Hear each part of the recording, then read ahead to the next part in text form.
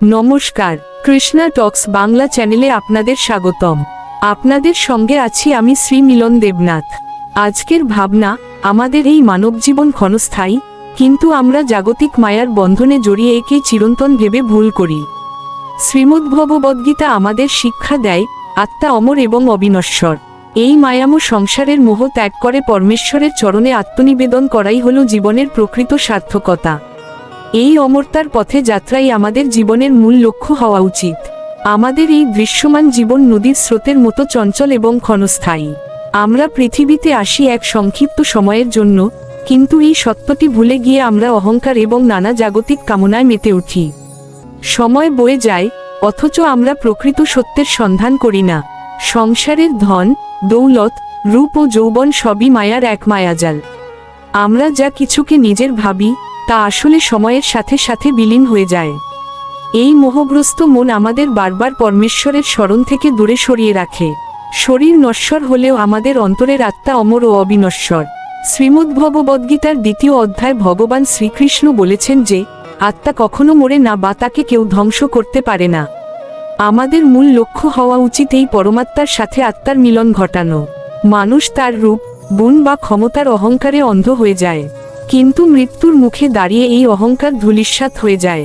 জীবনের সমস্ত প্রাপ্তি মর্তেই রয়ে যায়, কেবল আমাদের স্বীকৃতি এবং ভক্তি পরম ধামের সাথে যায়। সংসারের প্রতি অতিরিক্ত আসক্তিই মানুষের সমস্ত দুঃখের মূল কারণ। যখন আমরা বুঝতে পারি যে এই জগতের কোনো কিছুই স্থায়ী নয়, তখন আমাদের মন ধীরে ধীরে অনাস্ত হতে শুরু করে। এই অনাস্তি মানুষকে মুক্তির আলো দেখায়। আমরা প্রতিদিন যে সমস্ত সকাম কর্ম করি, তা আমাদের মায়ার বন্ধনে আরও বেশি আষ্টেপৃষ্ঠে বেঁধে ফেলে। কিন্তু সেই একই কর্ম যখন আমরা ভগবানের চরণে নিবেদন করি, তখন তা নিষ্কাম কর্মে পরিণত হয় এবং বন্ধন মুক্তির কারণ হয়ে দাঁড়ায়। প্রতিটি শ্বাস প্রশ্বাস যা আমরা গ্রহণ করছি, তা আমাদের আয়ু কমিয়ে দিচ্ছে। ক্ষণস্থায়ী এই জীবনের সময় নষ্ট না করে সদা সর্বদা ঈশ্বরের নাম স্মরণ করা উচিত। আজ যা সময় আছে, তা কাল নাও থাকতে পারে। জাগতিক দুঃখ কষ্ট থেকে মুক্তির একমাত্র সহজ উপায় হল পরমেশ্বরের চরণে পূর্ণ শরণাগতি।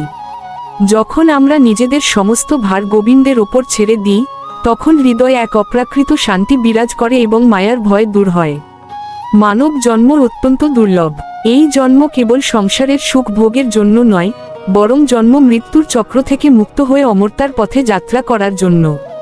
শুদ্ধ ভক্তি এবং সৎসঙ্গের মাধ্যমেই এই পথে এগিয়ে যাওয়া সম্ভব। পরিশেষে, ক্ষণস্থায়ী এই মানব জীবন তখনই সার্থক হয় যখন তা ভগবানের সেবা এবং নামকীর্তনে অতিবাহিত হয়।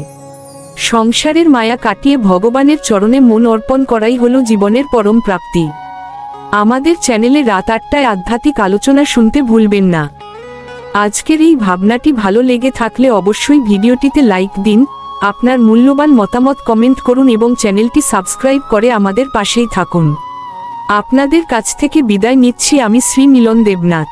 হরে কৃষ্ণ।